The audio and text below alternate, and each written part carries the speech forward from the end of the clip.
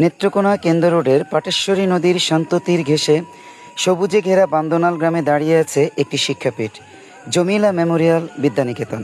2001 সালে যাত্রা শুরু করে এই প্রতিষ্ঠান শৈশবের অগণিত স্মৃতি আর শিক্ষার প্রথম আলোর দীপ্তি ছড়িয়ে দিতে প্লে থেকে অষ্টম শ্রেণী পর্যন্ত শিক্ষার্থীরা প্রতিদিন ছুটে আসতো এখানে। শুধু আশপাশের গ্রাম নয়, দূর দূরান্ত থেকেও অভিভাবকেরা তাদের সন্তানকে নিয়ে আসতেন এই বিদ্যাপীঠে। গ্রামের মাটির গন্ধমাখা সকাল, ব্যস্ত রাস্তায় স্কুলে আসা ছোট্ট পায়ের ছাপ, আর বিদ্যালয়ের প্রাঙ্গণে বেজে ওঠা শিশুস্বর, সব মিলেই যেন ভরিয়ে রাখত চারপাশ।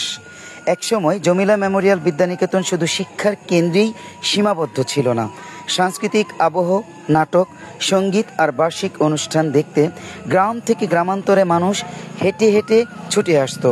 শুধু পাঠদান নয়, শিক্ষা ও সংস্কৃতির সমন্বয়ে গড়ে উঠেছিল একটি প্রাণচঞ্চল পরিবেশ। আজও এই প্রতিষ্ঠান শৈশবের স্মৃতির ভাণ্ডার হয়ে দাঁড়িয়ে আছে গ্রামের গর্বে, মানুষের হৃদয়ে।